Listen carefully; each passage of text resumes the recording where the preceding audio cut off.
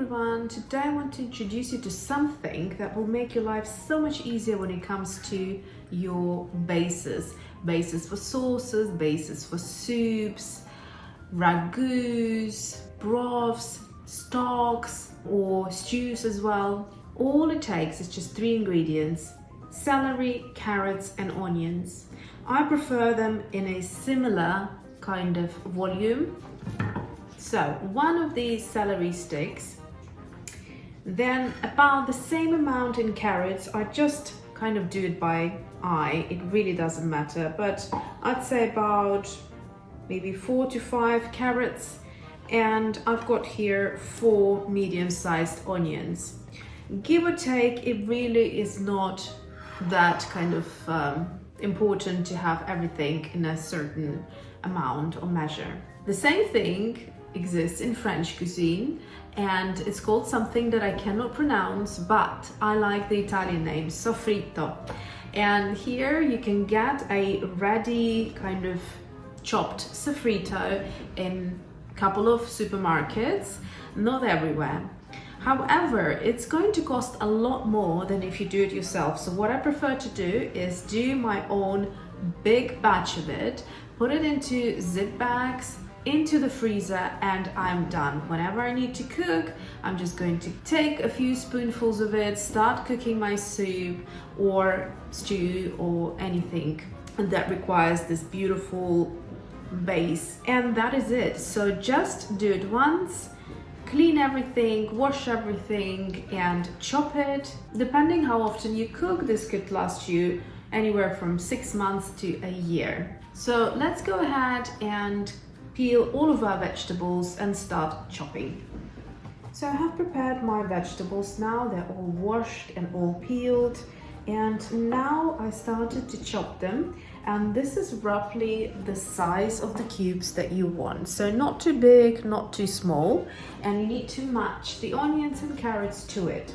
I'll show you how I do it, and then you can do it in a different way if you have a better way of chopping things. If you have one of those gadgets, it might be even faster. So what I do is basically, this was a long stick, I cut it in half, and now I'm going to cut that into quarter. Then each of the pieces I'm going to cut into long slithers like that, and then chop them.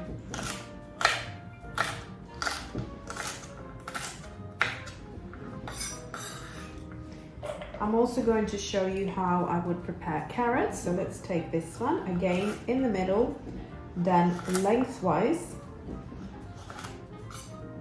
And depending how thick your carrot is, I think with this one I may go lengthwise again. So I have 2 and 2, and then into slithers, matching the carrot cubes.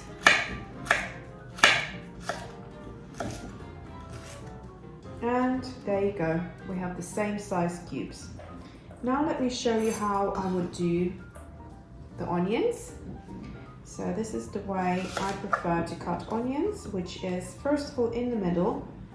Get rid of any kind of slimy little skins here, because you don't want to kind of slip on it when you, especially when you are chopping.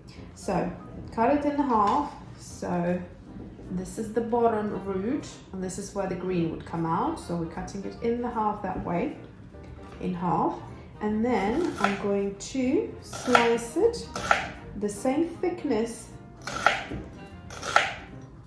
across. So not lengthwise, but across. And now I'm going to cut it across, which results in these cubes.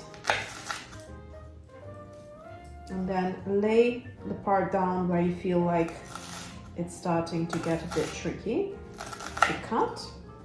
And whatever falls apart, those bits, be careful, especially if you have a sharp knife, and just do them individually like that. This is a very relaxing kind of therapeutic thing to do when you're not rushing Best time to do it is the summer, when everything is fresh and the long days provide us with a lot of daylight, and you have the doors and windows open and it's warm and it makes you feel like you are in Italian kitchen somewhere. But in the winter time you can do it too, just as long as you're not rushed, because there's a lot of chopping and you need to really focus on that. So again, you see, I come to this part and I'm going to tilt it over now, making sure it's stable. Then we come to the part where it's a little bit wobbly, and I'm going to cut these pieces individually. This is a very safe way of chopping vegetables, especially if you have to get through like a whole pile of them. So I'm going to carry on, but so far this is what we have. A bit of onion, carrot, and at the bottom celery. So if we mix all of that, this is obviously not equal measure because we have a whole onion, just one celery stick, and a small carrot. So it will be kind of 1-to-1 in terms of the mixture once I'm finished. I'm going to finish off with all of them and then show you what it looks like. So here are all the chopped vegetables, and you can see it's more than I thought it would be. So I'm going to transfer it into a bigger bowl so that we can mix it all together. It took me about 20 minutes to chop everything. So here we go. We have roughly the same amount of onions, you can see carrots and celery stick. And now I'm going to take 2 rather than 1 zip bag, just to keep things fresh, because this is such a big batch that it will last me a long time. And once I'm opening and closing one of the bags, the other one will be staying zipped until I'm finished with the first one, so kind of keeping it fresh for longer.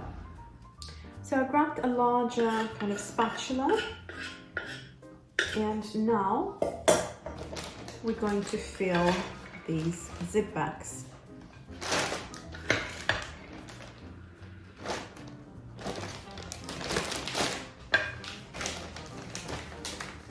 So all your hard work is done, and any soup that you start making, you will be halfway already there.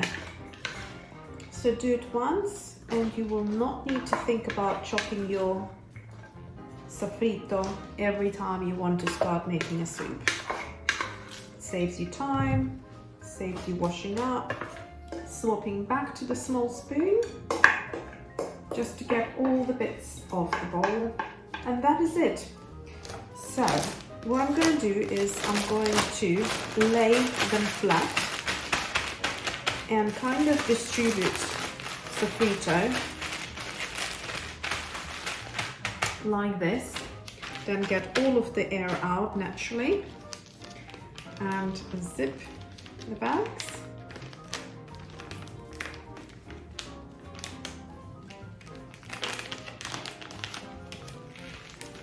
Like that.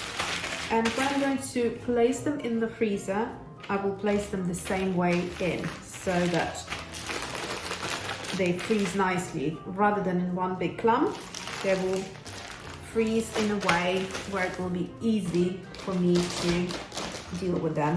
So same thing, going to lay it flat.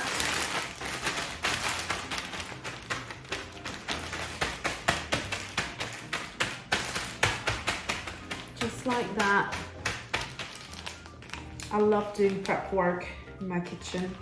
It makes your life so much easier and leaves you more time for fun things in life. There you go, 2 bags